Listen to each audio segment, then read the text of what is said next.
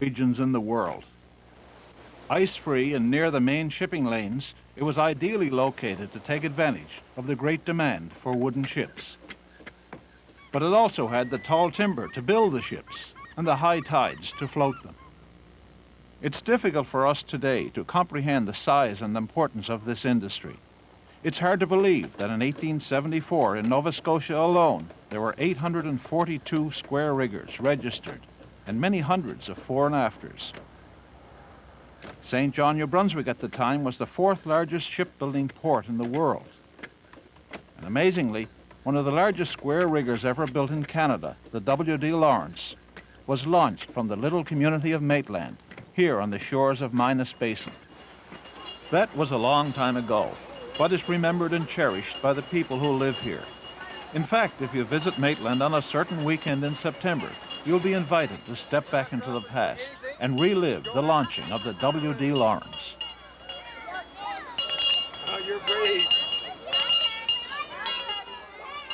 Launch Day, it's called.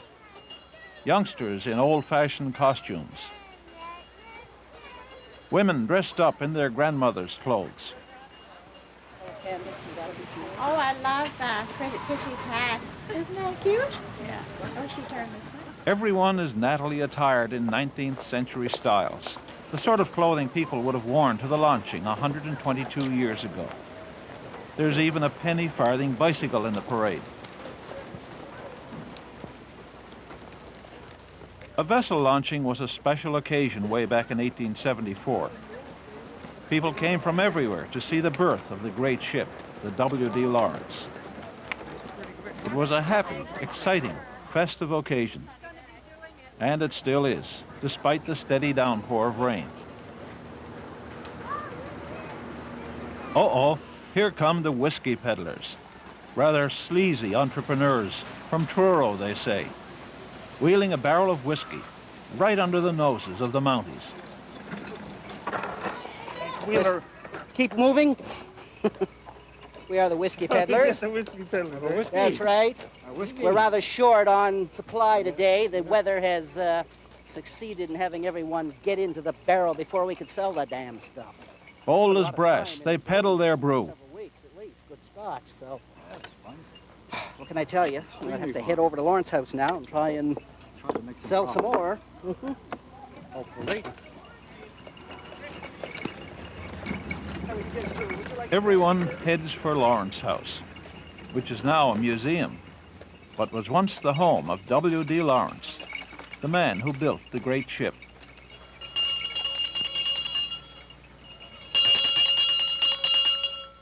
Oh, yay!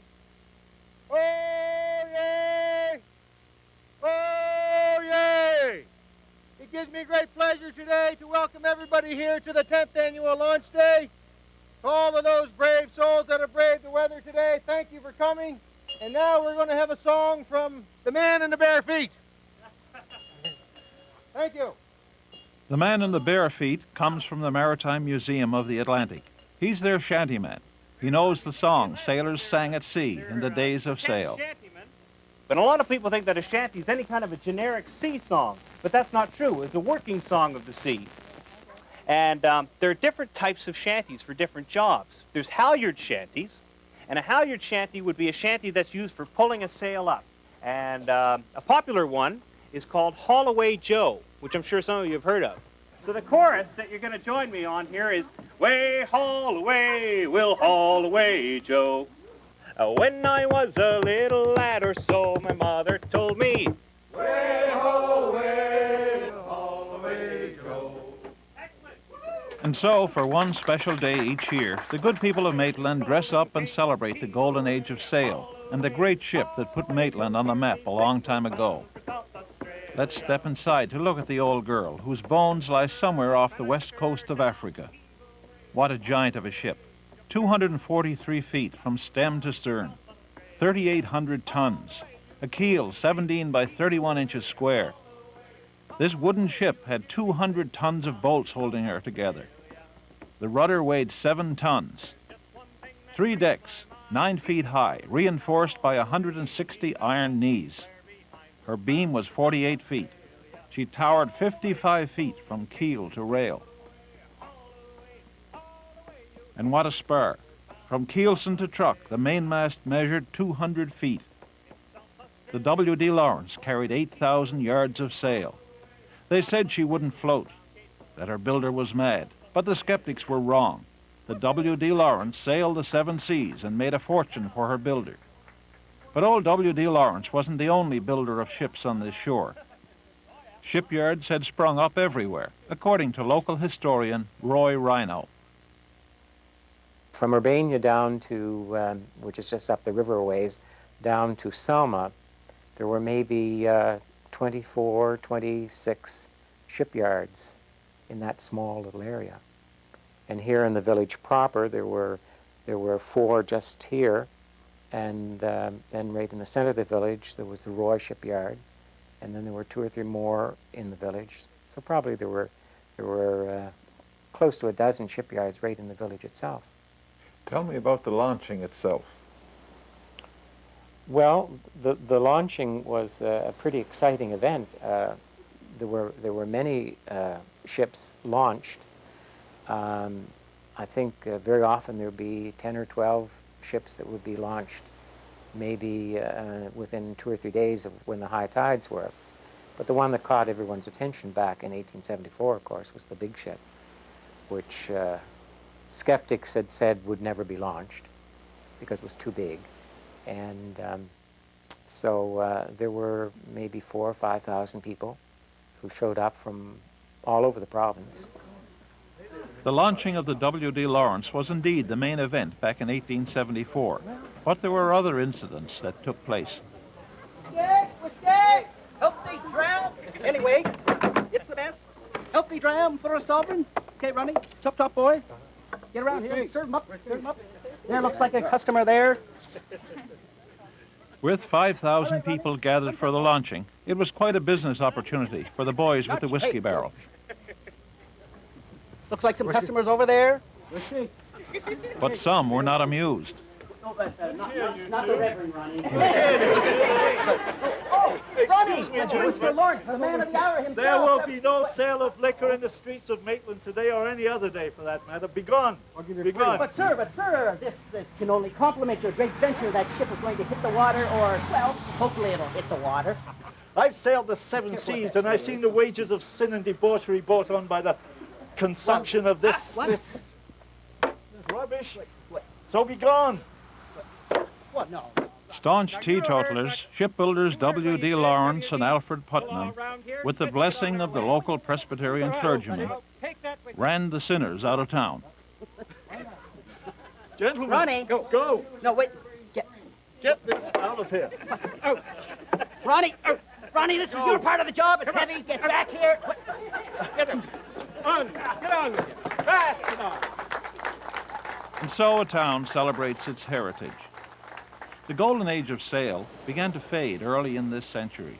Steel was stronger than wood, engines more efficient than wind. One by one, the shipyards closed, and the beautiful ships with the billowing sails vanished. But today, a group of citizens here in Newport Landing are determined to preserve the ancient shipbuilding skills. They're rebuilding a replica of that port's last wooden ship, the Avon Spirit. A cargo schooner, she plied the waters of Fundy for many a year. Now she'll be reborn. Retired Vice Admiral Hugh MacNeil is the Chief Executive Officer and one of the driving forces behind Avon Spirit Incorporated. But one of the things we wanted to achieve as well, in a sensible way, is the transfer of the skills of the shipwright over a period of time to local skilled craftsmen and others in the area that want to learn the arts of the shipwright. She'll be a bare-bones schooner, no fancy waistcoats and that sort of thing.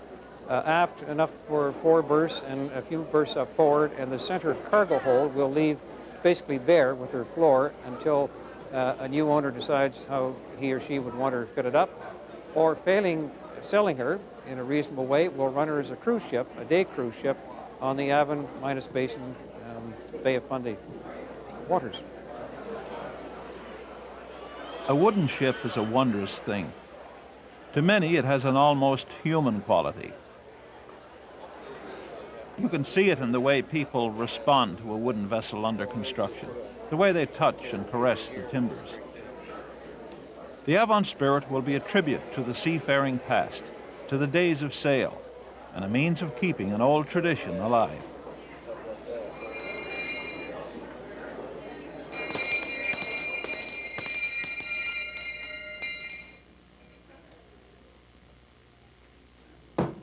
Oyez! Oyez! Oyez! Let it be known by all persons that whereas Newport Landing was one of the great square-rigged shipbuilding sites in 19th century Nova Scotia. People have come here today from all points of the compass to see the Avon spirit come to life, to witness the rebirth of an old industry. Lieutenant Governor Finley officially opens the shipyard. We're going to ask you to use this as, which was sharpened in Lunenburg, so it should be in pretty good shape, to officially open the yard. Hopefully not knocking down the stem at the same time.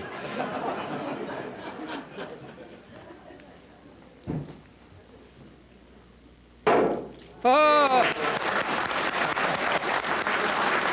Very good. Better get you to christen the ship.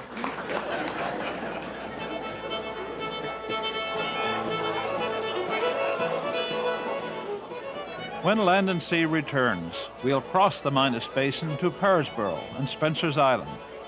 We'll launch a miniature W.D. Lawrence. And we'll go sailing with a young farm boy.